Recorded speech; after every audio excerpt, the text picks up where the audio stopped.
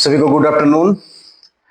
कल physical science का exam है और मैं कुछ आप लोगों को बताने जा रहा हूं जो बहुत ही काम आएंगे आपकी परीक्षा में।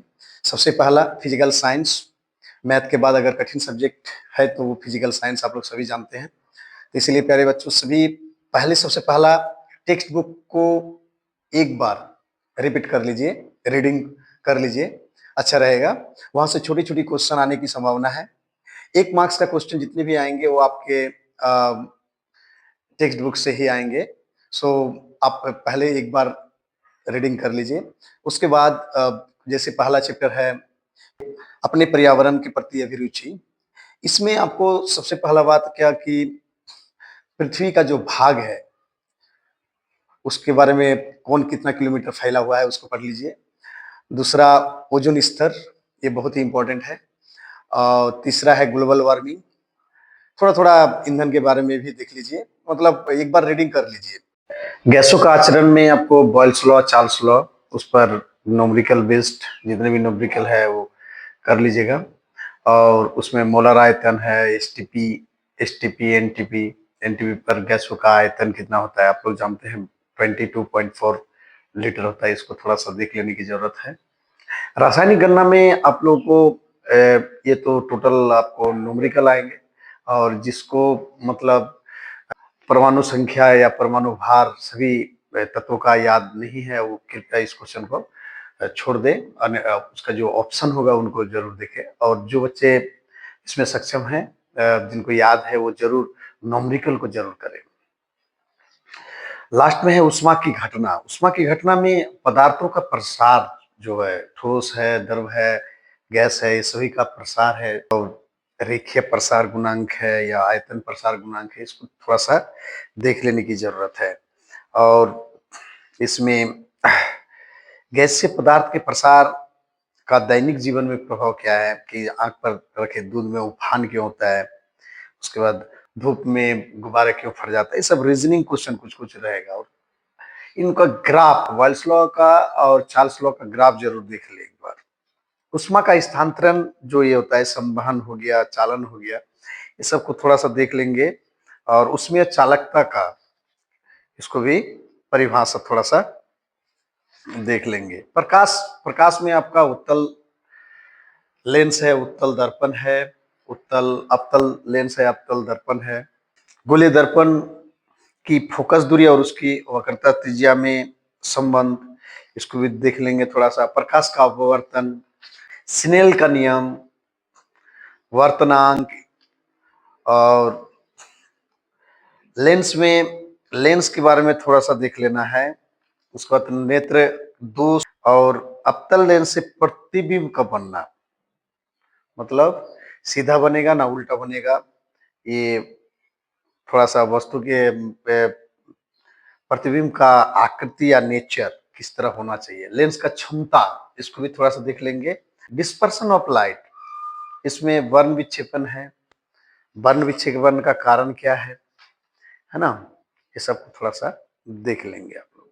और गामा रेज, अल्फा रेज या बीटा रेज, ये सबका जो वेवलेंथ रेंज है, इसको थोड़ा सा देख लेने की जरूरत है। और स्कैटरिंग ऑफ लाइट पर थोड़ा सा आधारित क्वेश्चन है कि आकाश का नीला दिखाई पड़ना, इसका कारण, और बरसने वाले बादलों का श्वेत दिखना, ये थोड़ा सा देख लेंगे। धारा विद्युत, धारा विद्युत में आपको कूलम का नियम बहुत इंपॉर्टेंट है।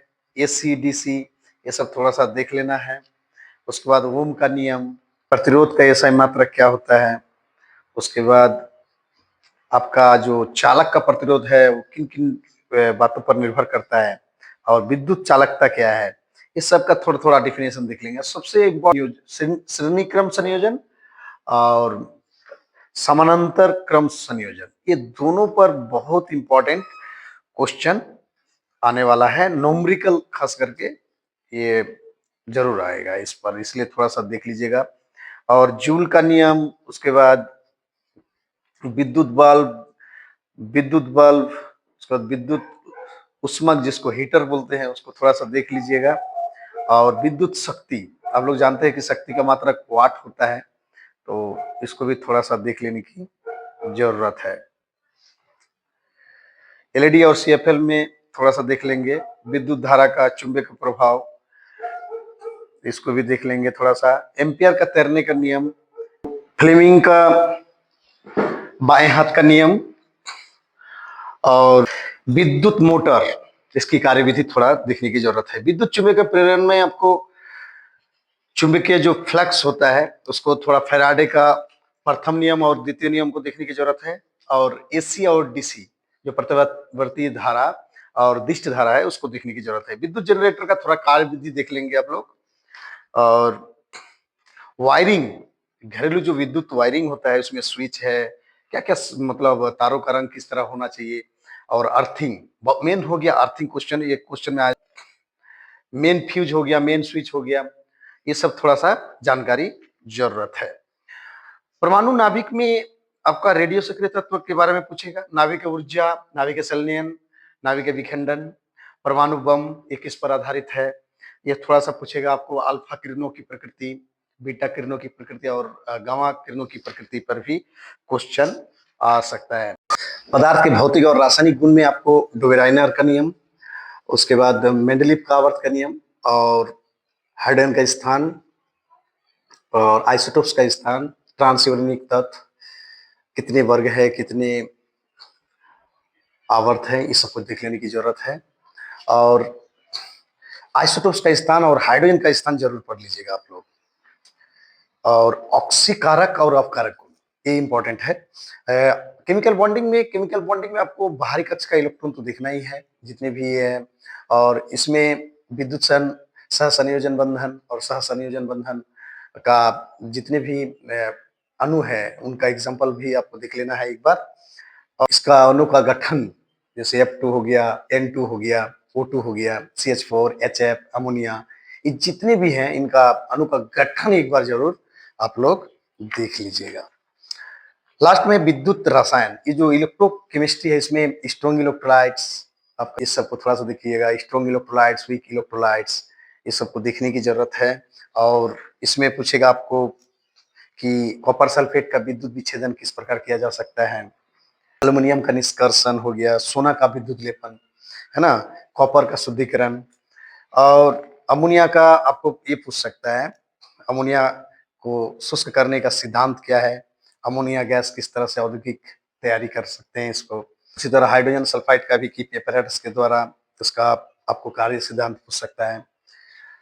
उसके बाद नाइट्रोजन का रासायनिक क्रिया सब भी देख लीजिएगा थोड़ा सा। हाइड्रोजन क्लोराइड जो गैस है, तो हाइड्रोजन क्लोराइड गैस का भी उसी तरह से इस तरह से इंडस्ट्रियल मैन्युफैक्चरिंग होता है, उसको देखना है। मेटलर्जी में आपको जितने भी लोहा है या तांबा है या कॉपर है इसका यूजेस पूछेगा। और इसका जो कॉम्पोजिशन है कि जैसे कांसा हो गया या तांबा हो गया, इसमें कौन कौन सा कॉम्पोजिशन, कौन कौन सा धातु है मौजूद होता है, उसका क्या परसेंटेज है, वो जरूर पूछ सकता है। अयस्क और खनिज में अंतर, इसको भी देख लीजिएगा थोड़ा सा। और सबसे इम्पोर्टेंट है जितने भी ये है अयस्क है उनका जैसे अयस्क का नाम सब, जैसे लोहा का अयस्क हो गया, तांबा का अयस्क हो गया, जस्ता का अयस्क हो गया, उसका बाद एल्यूमिनियम का अयस्क हो गया, ये बहुत इंपॉर्टेंट है। आपको धातु की जो क्रियाशीलता, ये बहुत इंपॉर्टेंट है। धातु की क्रियाशीलता, किसकी रिएक्टिविटी ज्यादा है, कौन सबसे ज्यादा सक्रिय है, इसको। और ये जितने भी धातु हैं इनका क्षय से किस प्रकार से बचाया जा सकता है। और क्षय किस लिए लगता है आप लोगों को मालूम है कि मोर्चा लगता है, मोर्चा का भी फॉर्मूला बहुत इंपॉर्टेंट है, तो आप लोग थोड़ा सा उनको भी पढ़ लीजिएगा। लास्ट में आते हैं ऑर्गेनिक केमिस्ट्री, कार्बनिक रसायन।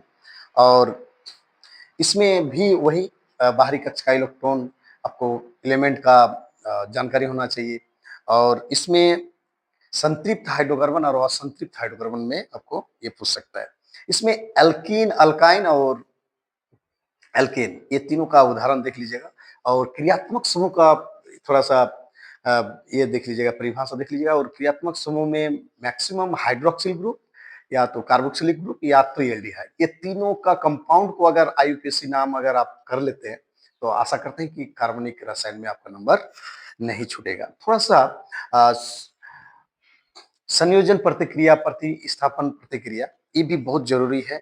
और और एसिटिलीन का उपयोग एसिटिलीन का हाइड्रोजन के साथ संयोजन प्रतिक्रिया, उसके बाद एसिटिलीन का ब्रोमीन के साथ प्रतिक्रिया, और मोनोमर, ये मोनोमर जो है पीवीसी या पॉलीथीन या टेफ्लॉन, ये सब का जो मोनोमर है उसका नाम थोड़ा सा देख लेना है। और जैव अपघट्य बहुलक कौन कौन सी हैं उनको थोड़ा सा देख लेना है। और इथेनॉल, इथेनॉल और एसिटिक अम्ल का गुण क्या है, एसिटिक अम्ल का क्षार से प्रतिक्रिया किस तरह होता है, और सबसे इंपॉर्टेंट अगर ये है तो वो है डीनेचर्ड स्प्रिट, ये पूछ सकता है आपको। तो अ, इतना आपको सेशन में मैं बोल रहा हूँ, थोड़ा सा आप लोग पढ़िए। आशा करते हैं कि आपका एग्जाम बहुत ही अच्छा जाएगा, और मेरे तरफ से आपको कल की परीक्षा के लिए बेस्ट विशेष। Thank you.